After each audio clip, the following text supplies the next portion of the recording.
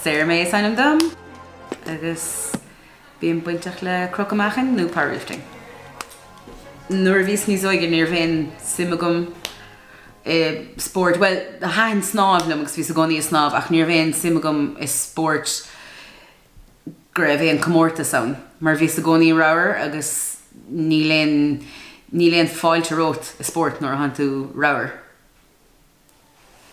Bhís a gcónaí buinteach le rudí spórt, so bhís a snáb lem féin, bhís a dogdaíon gym mé féin, Díana triathlon na cardiolum agus an son bhí cara eile lum agus bhí si a crochadh meáchain agus an son de chuas agus bhís just gafa morális.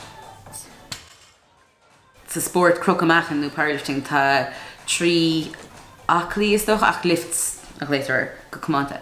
So tá squat, bench agus deadlift, so nuair a han tú den squat, bíon an bar ar de chrám agus bíon meáchain ar an gáthébh agus tagann tú síos Anois go bhfuil de chomáin níos ísle ná bar de chlúin.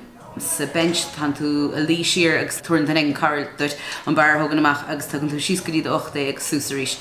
Agus an san sa deadlift bíon an bar ar an dalamh agus peogann tú súsa go dtí go han tú seaamh sús díreach leis agus gan tú tá smachta go ar an bar agus chuir tú síosaríise. Nuair a han tú comórtas tan tú a gcuine daoine eile atá sa weight class céine leat. Ach in áiríir tan tú a gcuine féin.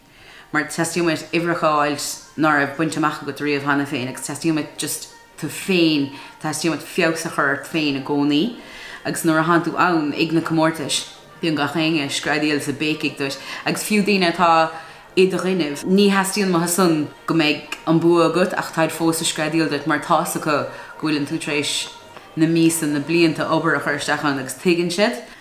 Tá bhéting éonar de ráile daoine go háirithe daoine cosúlam féin, náfuil tannaí, náfuil fit.